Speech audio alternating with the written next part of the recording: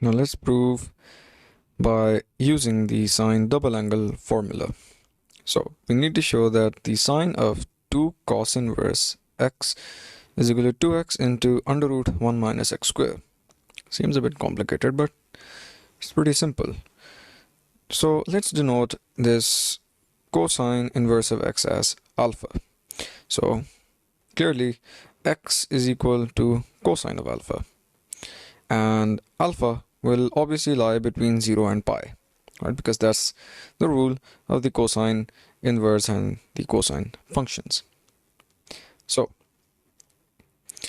sine of 2 alpha is equal to 2 sine alpha cosine alpha, right? That's the sine double angle formula. And again, this is also equal to 2 cosine alpha into under root sine square alpha, right? Both of these apply for the sine 2 alpha.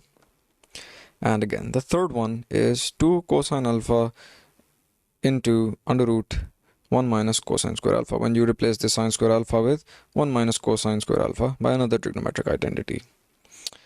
So clearly we denoted cosine alpha with x, right? So you replace this cosine alpha with x and this cosine square alpha with x square, right?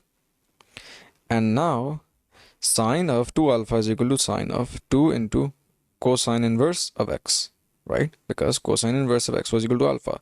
So this alpha becomes cosine inverse of x, and you get this. And that is exactly what the question asked of us.